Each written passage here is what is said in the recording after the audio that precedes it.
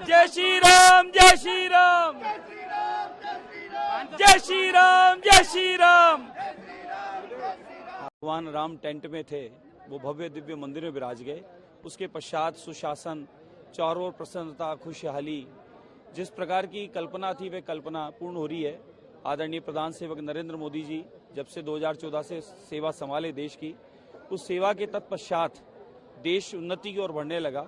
और उसी प्रकार से यहाँ का सनातन भी, जो आतंकवादियों ने कुछ पिछले ऐसा काल रहा 900 वर्ष से कि हमारे धर्म के अध्यात्म केंद्रों को, धर्म स्थलों को तोड़ने का, खंडित करने का, उन पे कब्जा करने का, कुछ और बना देने का जो निरंतर काम चल रहा था। ज्ञानवापी के बाद अब देखिए आप, बाबरी मस्जिद को ध्वंस किया गया, जो कलंक था वो समाप्त हुआ, राम जी बैठे। इसी प्रकार से काशी विश्वनाथ, देवादिदेव महादेव काशी विश्वनाथ, वे काशी विश्वनाथ जो नंदी भगवान को देख रहे थे लेकिन भगवान दिख नहीं रहे थे, अब काशी विश्वनाथ के दर्शन होने वाले, मानपूर्णा के दर्शन प्रारंभ हो गए। इसी प्रकार से भगवान कृष्ण जन्मभूमि पर उसी स्थान पर दर्शन देंगे, और उसी प्रकार से आगरा में भी, और उसी प्रकार से लाल किले पे भी, उसी प्रकार से कुतुब मीनार में भी, और उसी प्रकार से मध्य प्रदेश में जो भगवान का प्राचीन स्थान था वहां भी पुनः भगवान के दर्शन हमें होंगे। तो चारों ओर राम राज्य की जो कल्पना थी, कामना थी, स्थापना थी, उसके साथ ही देश का सनातन, देश की संस्कृति, देश की परंपराएं वापस से उद्गम हुआ है। जय श्री राम, जय श्री राम, जय श्री राम, जय श्री राम। हाँ, आ गई ये खींचो। देखिए, पहला दर्शन मैंने किया था जिस दिन राम जी प्रतिष्ठा हुई थी। दूसरा दर्शन आज आदरणीय भजनलाल जी मुख्यमंत्री महोदय के साथ हुआ, और सौभाग्य था कि आज पूरा विधानसभा, मंत्रिमंडल, विधायक सब लोग आज दर्शन किए, राम जी से प्रार्थना की, आराधना की कि राजस्थान प्रदेश में सुख शांति और समृद्धि रहे। और 25 सीट तो आनी है, साथ में अब की बार 400 पार, और फिर से मोदी सरकार, और हमारे राजस्थान में समृद्धि रहे, सुख रहे, उसकी कामना प्रभु राम से हम सब मिलके करके आए। जय श्री राम, जय श्री राम। नोटिफिकेशन जारी हुआ,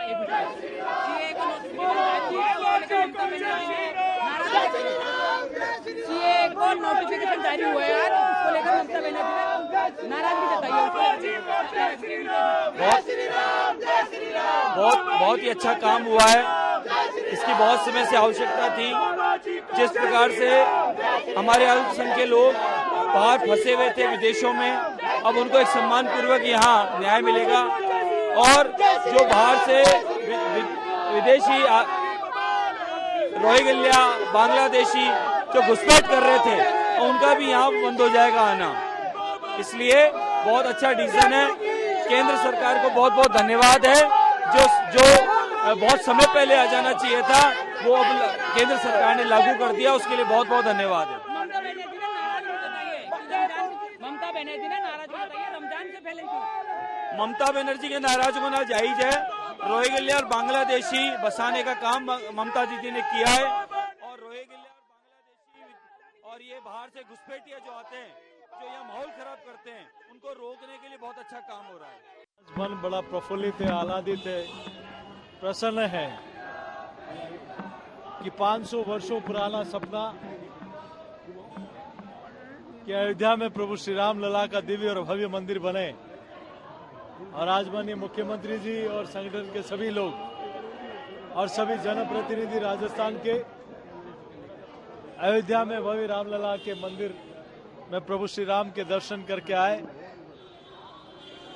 हम पूरी टीम प्रभु के चरणों में यही प्रार्थना करके आए कि राजस्थान में 25 के 25 कमल खिले। और देखिए संयोग कैसा कि हम दर्शन करके यहाँ पहुंचे, उससे पहले सिटीजन अमेंडमेंट एक्ट, नागरिकता संशोधन कानून पास हो गया। ये पास तो 19 में हो गया था, लेकिन आज उसको जारी कर दिया गया माननीय गृह मंत्री जी के द्वारा।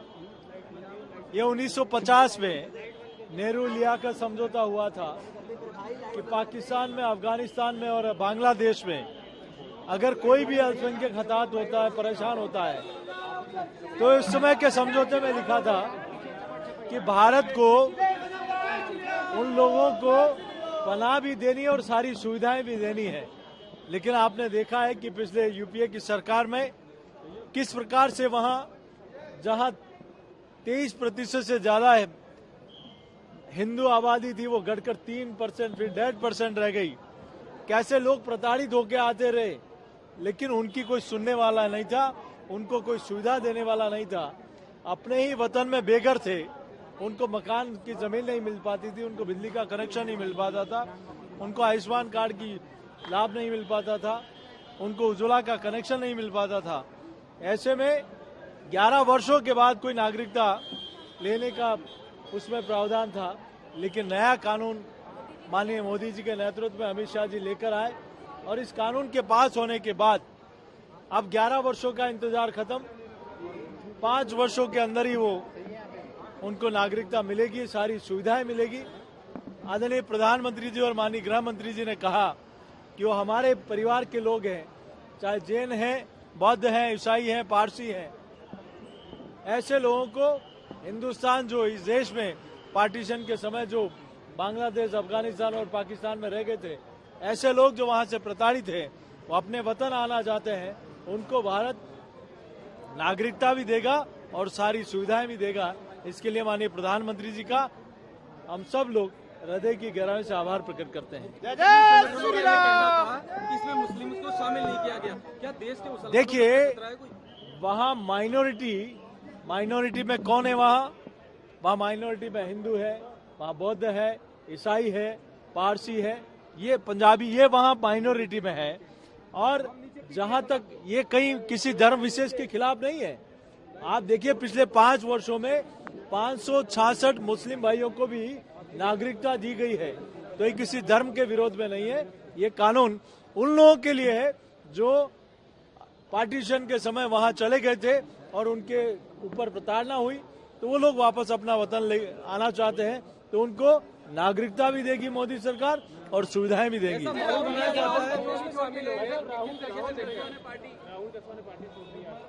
देखिए, इसके बारे में मुझे लगता है ज्ञान वापी के बाद एएसआई ने मध्य प्रदेश के भूतशाला में भी सर्वेक्षण करने का मतलब वो अनुमति दे दी है। ज्ञान वापी के बाद मध्य प्रदेश के भूतशाला में एएसआई ने उसका सर्वेक्षण करने का अनुमति दे दी है उस न्यायालय में। देखिए, जहां पुराने मंदिर हैं, जो मॉन्यूमेंट है, उनके अवशेष कभी समाप्त नहीं होते।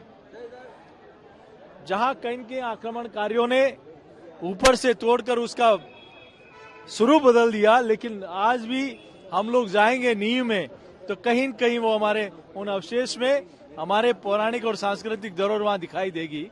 तो ऐसे में ऐसा ही जो भी अपना काम करेगा, निश्चित रूप से इससे हमारी पुरानी धरोहर जो है उसके बारे में जानकारी मिलेगी। जो हमारे भाई थे,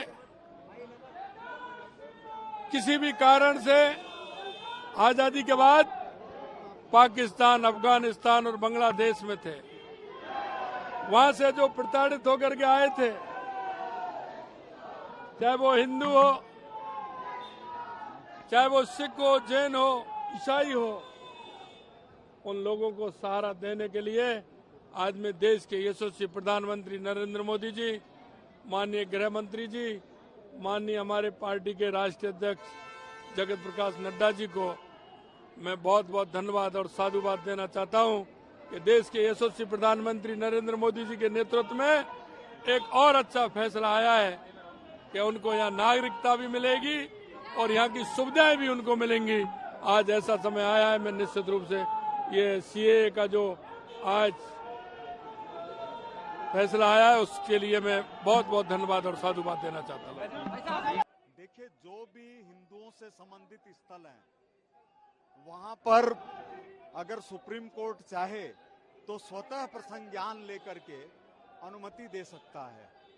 इस दिशा में सोचा जाना चाहिए। आज जैसे कॉमन सिविल कोड लागू हुआ है, हम लोग तो उम्मीद करते हैं कि तीसरी बार मोदी जी प्रधानमंत्री बनेंगे तो पाक अधिकृत कश्मीर भी हमारा हिस्सा होगा और साथ साथ तिरंगा फहरेगा। एक तो दिल्ली में फहरेगा और एक मुजफ्फराबाद में फहरेगा।